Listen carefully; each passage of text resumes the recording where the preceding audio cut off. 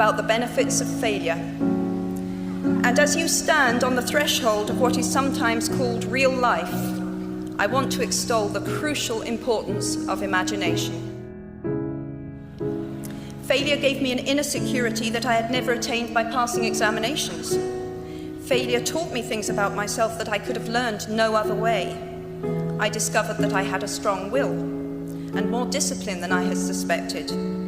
I also found out that I had friends whose value was truly above the price of rubies. The knowledge that you have emerged wiser and stronger from setbacks means that you are, ever after, secure in your ability to survive. You will never truly know yourself or the strength of your relationships until both have been tested by adversity. Such knowledge is a true gift for all that it is painfully won, and it has been worth more than any qualification I ever earned. So given a time turner, I would tell my 21-year-old self that personal happiness lies in knowing that life is not a checklist of acquisition or achievement. Your qualifications, your CV, are not your life, though you will meet many people of my age and older who confuse the two. Life is difficult and complicated and beyond anyone's total control, and the humility to know that will enable you to survive its vicissitudes. By any conventional measure, a mere 7 years after my graduation day, I had failed on an epic scale. An exceptionally short-lived marriage had imploded, and I was jobless, a lone parent, and as poor as it is possible to be in modern Britain without being homeless.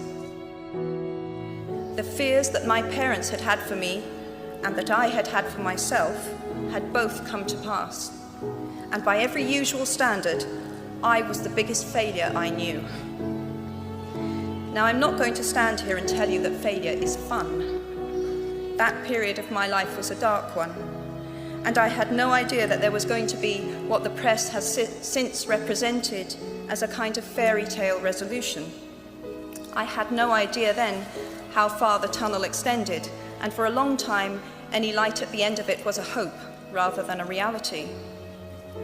So why do I talk about the benefits of failure? Simply because failure meant a stripping away of the inessential. I stopped pretending to myself that I was anything other than what I was, and began to direct all my energy into finishing the only work that mattered to me. Had I really succeeded at anything else, I might never have found the determination to succeed in the one arena where I believed I truly belonged. I was set free because my greatest fear had been realized, and I was still alive, and I still had a daughter whom I adored, and I had an old typewriter and a big idea. And so rock bottom became the solid foundation on which I rebuilt my life.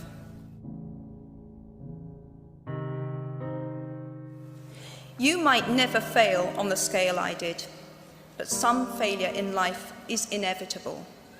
It is impossible to live without failing at something, unless you live so cautiously that you might as well not have lived at all.